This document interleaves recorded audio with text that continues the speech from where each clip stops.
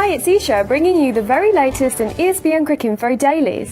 Starting with some news on Test cricket. Pakistan will take on England at Leeds in the second and final test of the series. Pakistan won the first test at Lords by 9 wickets, which means they haven't lost any of their last 4 test series against England.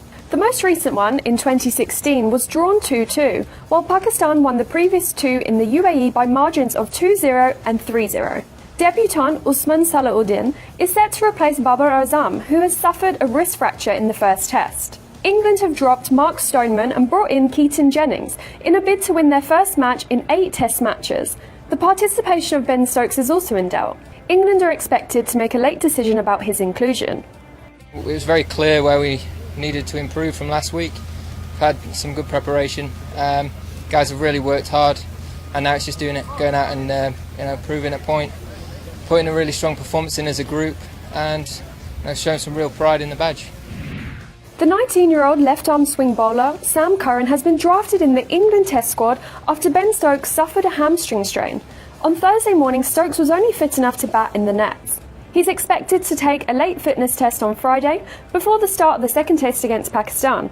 In the first test at Lords, Chris Woakes was the 12th man and could come back into the playing 11 in place of Stokes. However, if Sam Curran gets the nod, he'll be the third man aged 20 or under to represent England in their last 5 tests. Moving on to some news from the ICC. In light of the recently released Al Jazeera documentary on spot fixing, ICC Chief Executive David Richardson believes domestic and even junior level cricket is in greater danger of corruption. Our intelligence is growing and improving month by month, and we are very much aware that because we've hardened the target at the top level, that they are now going to focus on junior levels of cricket or other avenues such as curators and groundsmen. Expressing his anger over the people who are essentially criminals that are swanning around to disrupt the game's integrity, Richardson said the ICC has its work cut out in trying to stop corruption. ICC officials are scheduled to meet Al Jazeera over the next couple of days, and he believes there was no reason to think the television network would not cooperate to carry out a thorough investigation.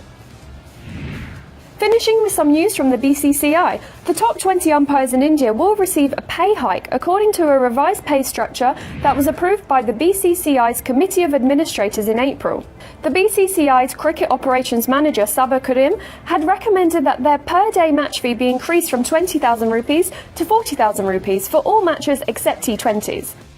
The increase means the top 20 umpires will earn more than a domestic player, who earns 35,000 rupees per day. However, the players are also awarded a share of the BCCI's profits. The board will also reintroduce the prize for the best pitches in Ranji Trophy cricket. Additionally, the salaries of the 5 zonal curators will be doubled from 6 lakh per year to 12 lakh per year, and the assistant curators' pay increases from 4.2 lakh to 8.4 lakh. The pay structure for India's selectors remains the same.